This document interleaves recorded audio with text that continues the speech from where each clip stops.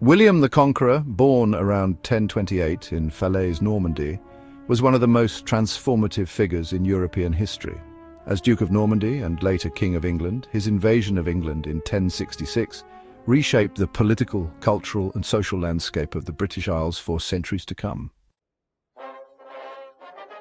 Born illegitimately to Duke Robert I of Normandy and his mistress Herleva, William was often referred to as William the Bastard in his early life.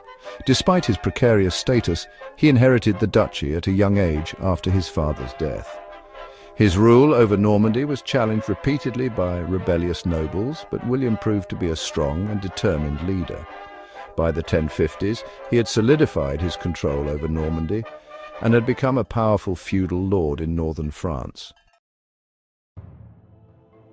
William's claim to the English throne was based on a promise allegedly made by King Edward the Confessor, who died childless in January 1066. Edward's brother-in-law, Harold Godwinson, was chosen by the English nobles to succeed him. However, William argued that Harold had previously sworn an oath to support William's claim to the throne. Viewing Harold's coronation as a betrayal, William prepared for war. On October 14, 1066, William landed his forces on the southern coast of England and met Harold's army at the Battle of Hastings.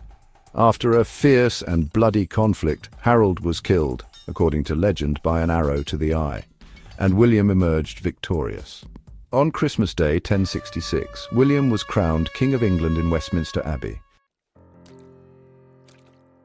William's conquest of England, known as the Norman Conquest, had profound consequences. It ended Anglo-Saxon rule and introduced Norman French culture, language and governance into England.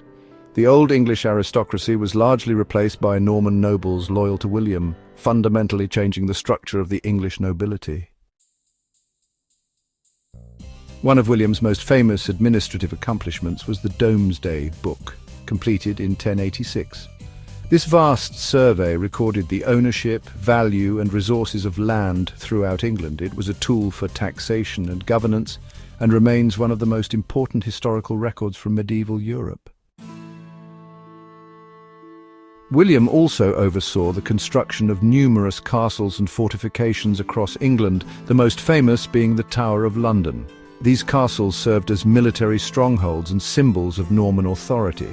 They helped maintain control over a sometimes hostile population and demonstrated the new regime's power. Despite his dominance, William faced several uprisings in England, especially in the north. In response to a rebellion in 1069, he launched a brutal campaign known as the Harrying of the North. During this campaign, towns and villages were burned and thousands of people were killed or starved. This campaign, well, it effectively crushed northern resistance, but left lasting scars on the region. William ruled both Normandy and England, creating a unique cross-channel realm. This dual monarchy, really sowed the seeds of future conflicts between England and France, as later kings would fight to retain their continental holdings. William died in 1087 after sustaining injuries during a campaign in northern France. He was buried in Caen, Normandy. His eldest son, William II, also known as William Rufus, succeeded him as King of England, while another son, Robert Curthose, inherited Normandy. The legacy of William the Conqueror is immense. He transformed England's political system, introduced feudalism, and laid the foundations for the centralized monarchy that would evolve over the following centuries. His reign, honestly, marked the beginning of a new era in English history, an era shaped by Norman influence, continental connections, and royal authority. To this day, William remains one of the most pivotal figures in the history of the British Isles, remembered both for his military genius and the sweeping changes his conquest brought to England.